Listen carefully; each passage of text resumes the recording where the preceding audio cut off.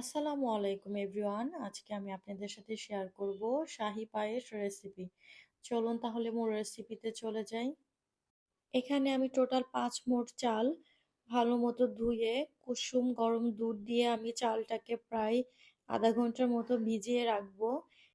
প্রতি 1 লিটার দুধের জন্য এখানে আমি 1 মুঠো করে চাল ব্যবহার করেছি। যে কয় লিটারের দুধ ব্যবহার করবেন সেই পরিমাণ চালটা দিয়ে দিবেন।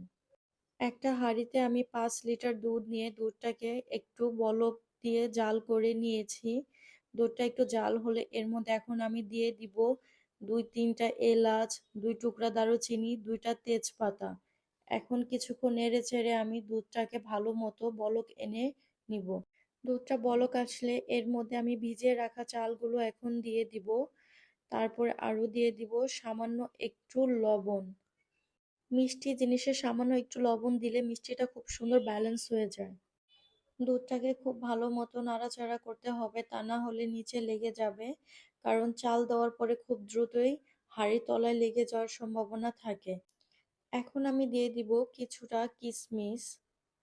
আমি এখানে 2.5 কাপ চিনি ব্যবহার করেছি। আপনারা চাইলে এর চাইতে কম বা বেশিও ব্যবহার করতে পারবেন। যার যার টেস্ট অনুযায়ী চিনিটা বাড়িয়ে কমিয়ে নেবেন। চিনিটাকে খুব ভালো মতো নেড়েচেড়ে মিশিয়ে দিতে হবে। তারপর এখন আমি দিয়েছি 1/4 কাপ সর। আসলে এই ক্লিপটা আমার কেটে গিয়েছে। তারপর আরও দিয়েছি অনেকটা ঘি। আসলে এখানে ঘি আর সরটার কারণে শাহি ফ্লেভারটা আসবে।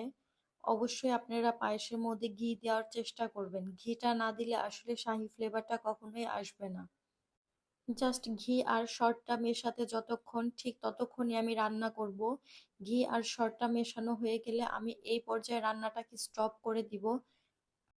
এই তো তৈরি হয়ে গেল সুস্বাদু শাহী পায়েস। Thanks for watching my video.